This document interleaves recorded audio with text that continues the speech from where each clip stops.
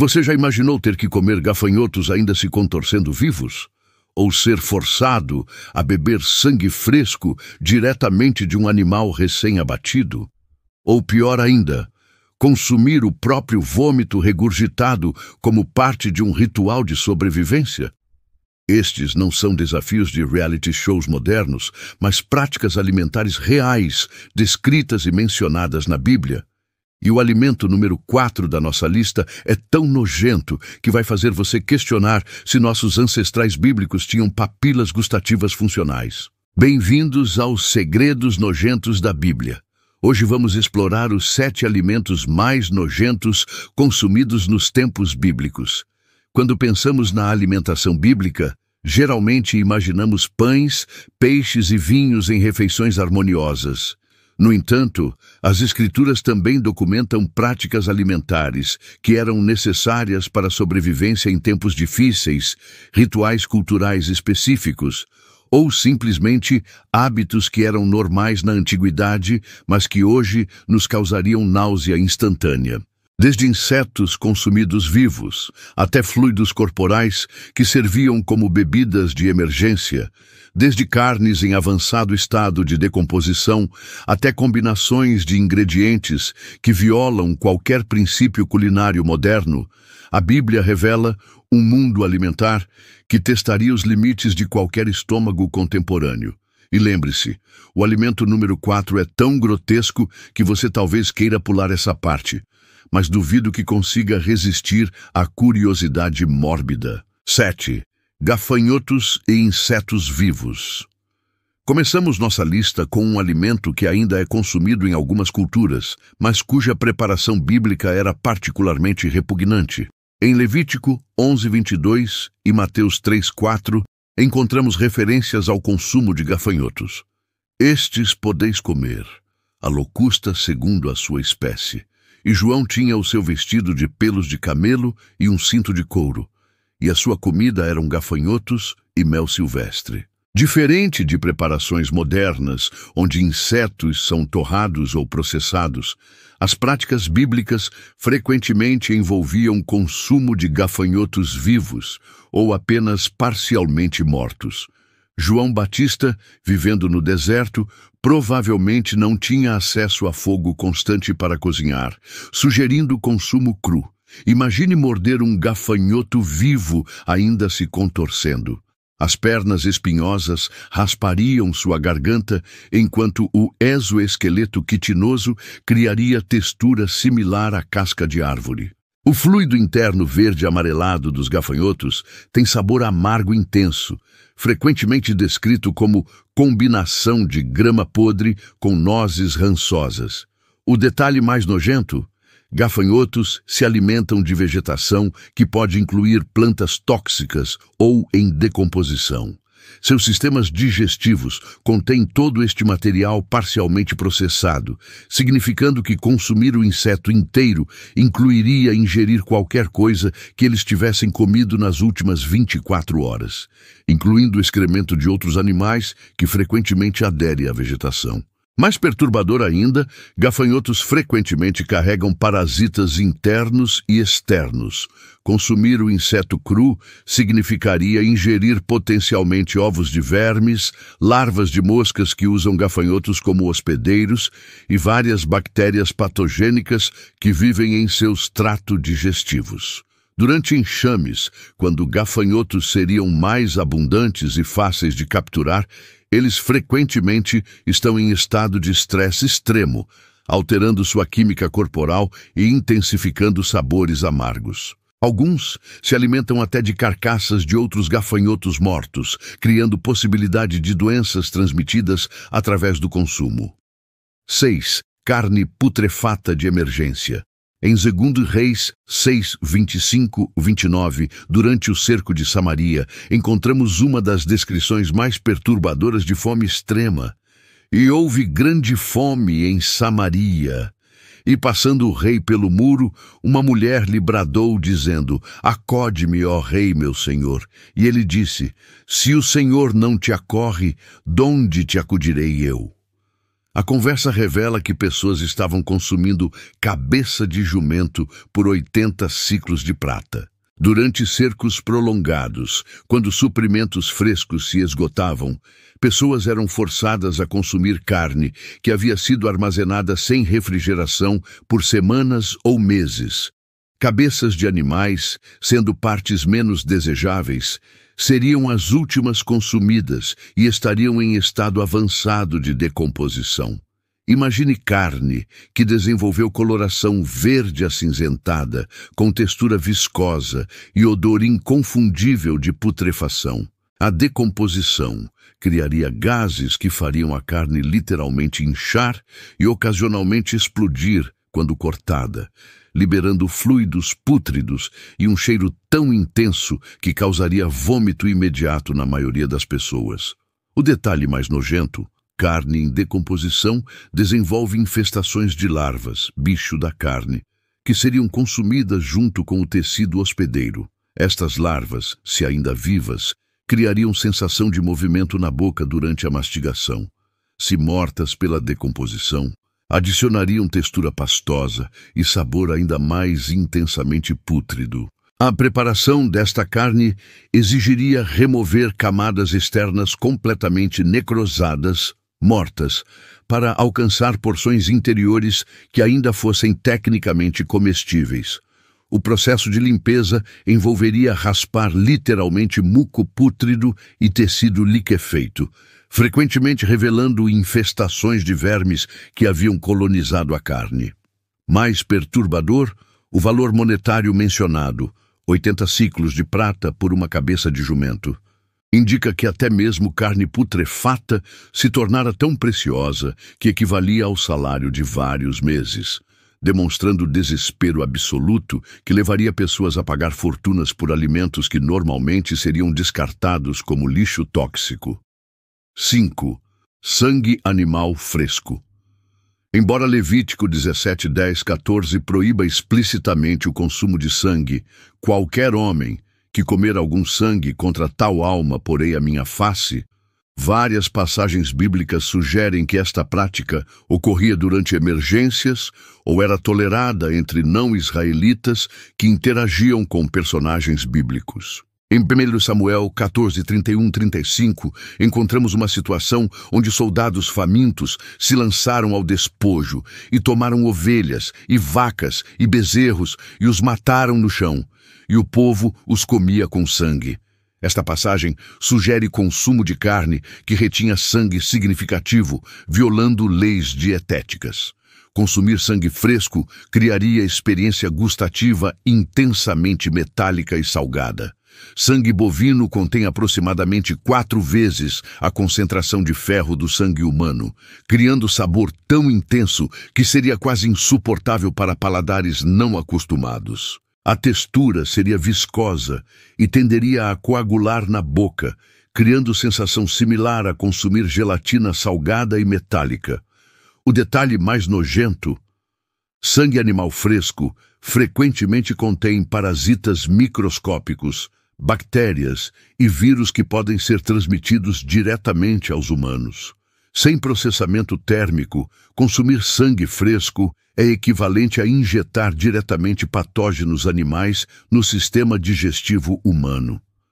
Mais perturbador, sangue de animais estressados, como durante abate rápido em batalha, contém níveis elevados de adrenalina e outros hormônios de estresse que alteram significativamente o sabor, criando amargor adicional e aftertaste químico que persiste por horas. Durante períodos de fome, algumas pessoas desenvolviam compulsão por sangue devido à deficiência severa de ferro, criando ciclo onde quanto mais sangue consumiam, mais desejavam. Esta condição, conhecida hoje como pica, levaria a consumo voluntário de quantidades perigosas de sangue animal, potencialmente causando sobrecarga de ferro e danos orgânicos. 4. O mais nojento: excremento humano como combustível alimentar. Chegamos agora ao número 4, possivelmente a prática alimentar mais nojenta relacionada à preparação de alimentos na Bíblia, encontrada em Ezequiel 4, 12 e 15. E comerás isto como bolos de cevada, e os assarás sobre o esterco que sai do homem diante dos olhos deles. Então me disse: Vê, dei-te esterco de vacas, em lugar de esterco de homem, e prepararás o teu pão sobre ele. Embora Deus eventualmente permita que Ezequiel use esterco bovino em vez de humano, a menção inicial revela uma prática que realmente ocorria durante períodos de extrema escassez: usar excremento humano seco como combustível para cozinhar alimentos. Esta prática não significava comer excremento diretamente, mas usar fezes secas como única fonte de combustível disponível para cozinhar. No entanto, o processo criaria contaminação extensiva dos alimentos preparados. Fumaça de excremento humano queimando contém partículas de matéria fecal que se depositariam diretamente na comida durante o cozimento. O detalhe mais nojento: excremento humano queimado produz fumaça carregada com bactérias patogênicas, E. coli, salmonella, shigella, ovos de parasitas intestinais e compostos químicos tóxicos resultado da decomposição de material orgânico. Esta fumaça impregnaria completamente qualquer alimento preparado sobre ela. O sabor resultante seria indescritivelmente repugnante. Alimentos adquiririam um gosto acre e fétido que nenhuma especiaria poderia mascarar. A textura da fumaça deixaria resíduo oleoso nos alimentos que criaria sensação de película na boca que persistiria por horas após a refeição. Mais perturbador psicologicamente, as pessoas usando esta prática estariam completamente cientes da fonte de seu combustível. Cada mordida seria acompanhada pela consciência de que estavam consumindo alimentos contaminados com partículas de excremento humano. A experiência criaria associações traumáticas permanentes entre alimentação e contaminação fecal. A reação de Ezequiel ao comando original: Ah, Senhor Jeová, eis que a minha alma não foi contaminada, demonstra o horror visceral que esta prática causava, mesmo para alguém vivendo em condições extremas. O fato de que Deus permitiu a substituição por esterco bovino mostra reconhecimento de que usar excremento humano ultrapassava os limites de degradação aceitável. 3. Mel silvestre contaminado. Em 1 Samuel 14, 25, 30, encontramos uma referência aparentemente inocente que esconde práticas potencialmente repugnantes. E todo o povo da terra chegou a um bosque, onde havia mel na superfície do campo. E entrando o povo no bosque, eis que havia um favo de mel. Mel silvestre. Nos tempos bíblicos não era necessariamente o produto limpo que imaginamos. Frequentemente era coletado de colmeias abandonadas, árvores ocas ou até mesmo de carcaças de animais onde abelhas haviam estabelecido colônias. Uma prática que criaria contaminação significativa. Em Juízes 14, 8, 9, Sansão encontra mel na carcaça de um leão e, voltando depois de alguns dias para desposá-la, desviou-se para ver o corpo morto do leão. E eis que havia um enxame de abelhas no corpo do leão e mel. E tomou dele nas suas mãos e foi comendo pelo caminho. O detalhe mais nojento: mel coletado de carcaças de animais seria inevitavelmente contaminado com fluidos de decomposição, fragmentos de tecido animal e larvas de insetos necrófagos que competiam com as abelhas pelo espaço. As abelhas construiriam favos diretamente sobre ossos e tecido em decomposição. Este mel teria coloração escura anormal e textura granulosa devido à contaminação com detritos orgânicos. O sabor seria alterado por compostos químicos da decomposição, criando notas pútridas que contrastariam grotescamente com a doçura natural do mel. Mais perturbador, mel coletado nestas condições frequentemente continha esporos de Clostridium botulinum, Botulismo, em concentrações letais.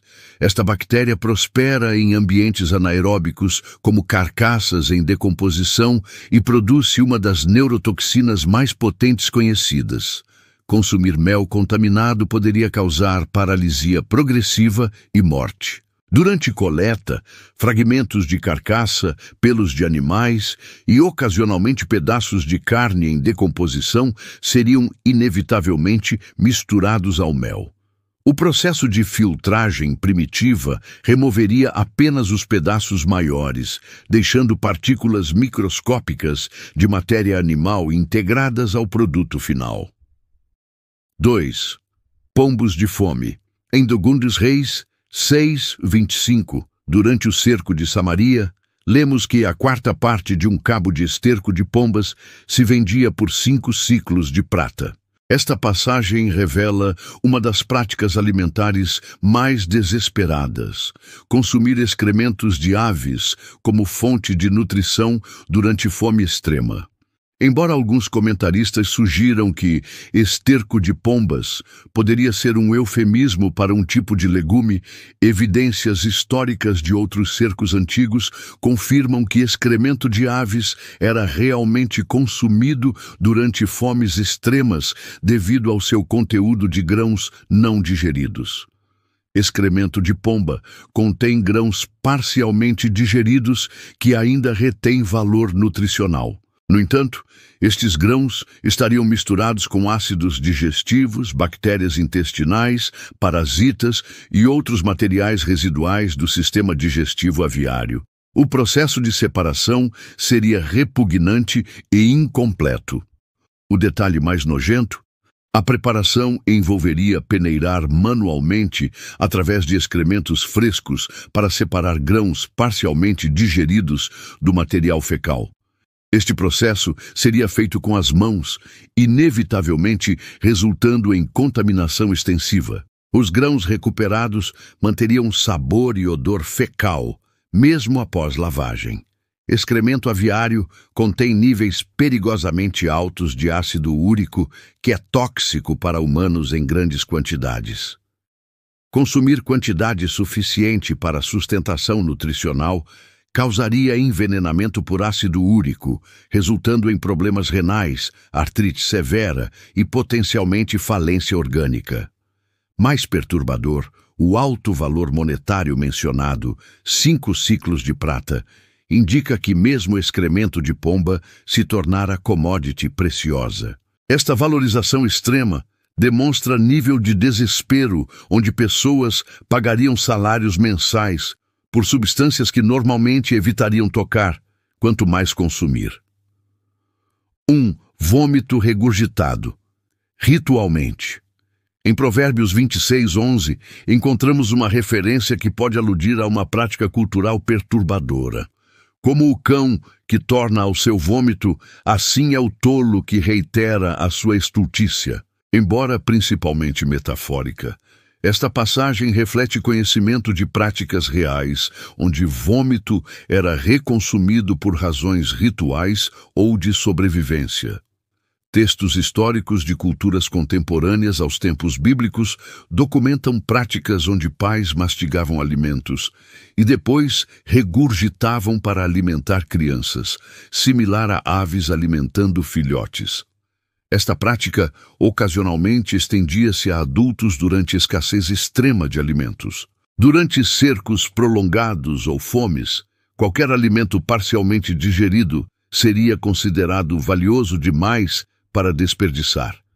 Pessoas que vomitavam devido à doença ou estresse frequentemente reconsumiam o material regurgitado, misturado com ácidos estomacais e bile.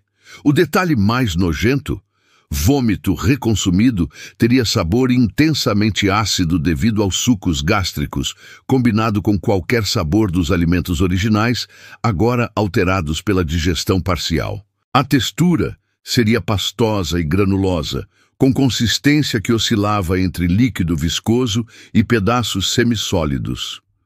Reconsumir vômito criaria ciclo vicioso onde o material já ácido irritaria ainda mais o estômago, frequentemente causando vômito adicional. Pessoas desesperadas poderiam encontrar-se reconsumindo o mesmo material múltiplas vezes, cada iteração aumentando a acidez e reduzindo o valor nutricional. Mais perturbador, vômito frequentemente contém bactérias da boca e garganta que se multiplicam rapidamente no ambiente ácido. Reconsumir vômito que havia ficado exposto por qualquer período de tempo significaria ingerir concentrações perigosas de patógenos que poderiam causar infecções sistêmicas graves. Em contextos rituais, algumas culturas antigas acreditavam que reconsumir vômito era forma de completar o processo digestivo e extrair máximo valor nutricional dos alimentos. Esta crença levaria a práticas onde pessoas deliberadamente induziriam vômito para depois reconsumir o material como parte de rituais de purificação ou maximização de recursos. E assim, chegamos ao fim da nossa exploração dos alimentos mais nojentos consumidos nos tempos bíblicos. É fascinante perceber como a necessidade de sobrevivência pode transformar substâncias que consideraríamos intocáveis em fontes preciosas de nutrição. O que torna estas práticas alimentares particularmente impactantes é como elas revelam a diferença radical entre nossa segurança alimentar moderna e as realidades brutais da antiguidade. Cercos, fomes e isolamento geográfico criavam situações onde pessoas eram forçadas a redefinir completamente suas noções de alimento aceitável. Também é importante notar que muitas destas práticas eram temporárias e desesperadas. Não escolhas culinárias normais, mas estratégias de sobrevivência extrema. As descrições bíblicas frequentemente apresentam estas situações como sinais de julgamento divino ou consequências de desobediência, destacando quão longe as pessoas haviam caído de condições ideais. Agora quero saber, qual destes alimentos bíblicos você achou mais repugnante? Foi o uso de excremento humano como combustível que eu avisei, ou algum outro te impactou mais? Deixe sua opinião nos comentários. E se você tem estômago forte para mais conteúdo como este, não esqueça de se inscrever no canal Segredos Nojentos da Bíblia e ativar o sininho. Na próxima semana, vou revelar as 10 torturas mais nojentas aplicadas aos profetas. E acredite, tem métodos ali que fariam até estes alimentos parecerem deliciosos. Clique no card que está aparecendo agora para assistir nosso vídeo sobre doenças mais nojentas mencionadas na Bíblia. E compartilhe este vídeo com aquele seu amigo que reclama da comida moderna. Obrigado por assistir até o final. Até o próximo vídeo e que Deus te abençoe e te mantenha longe de qualquer um destes alimentos nojentos da antiguidade.